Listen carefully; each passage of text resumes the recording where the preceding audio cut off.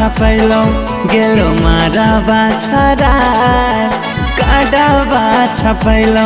गेलो माराबा छरा कि तो चल जेबे ससुरा अपना पगला के भूला काल्हे चल जेबे ससुरा अपना पगला के भूला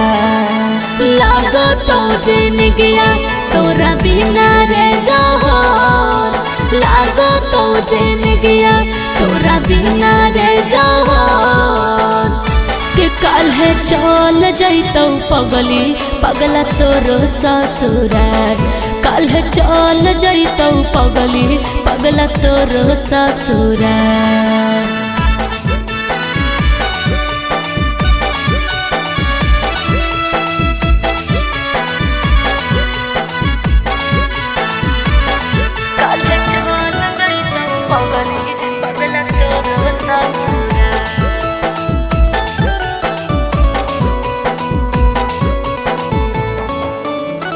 दिलावा के बात याबा के करा से कहबोगे हो तो कल विदाई तोरा कैसे हम रहबोगे। अरे सुना तू ही हक जिनगे हमर जिए के आधार रे जब तक चलतौ सांस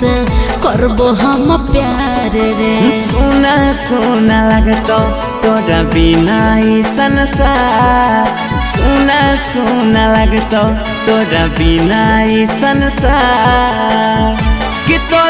चल जेबे ससुरा अपना पगला के भूला काल्हे चल जेबे ससुरा अपना पगला के भूला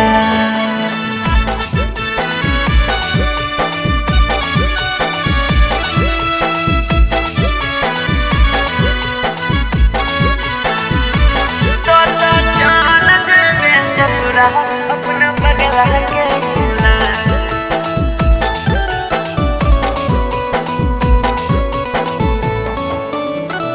अब हो बराती तोरा लेके बेटा बजागे कौन जन्म के हमरा दिल सजागे जेतना रोबही तोहार उतने दिल रोबरे आज भरा मिलले कृष्णा कल नहीं मिलब रे जैतो ना डर दिया तोरे दिहल जिंदगी भर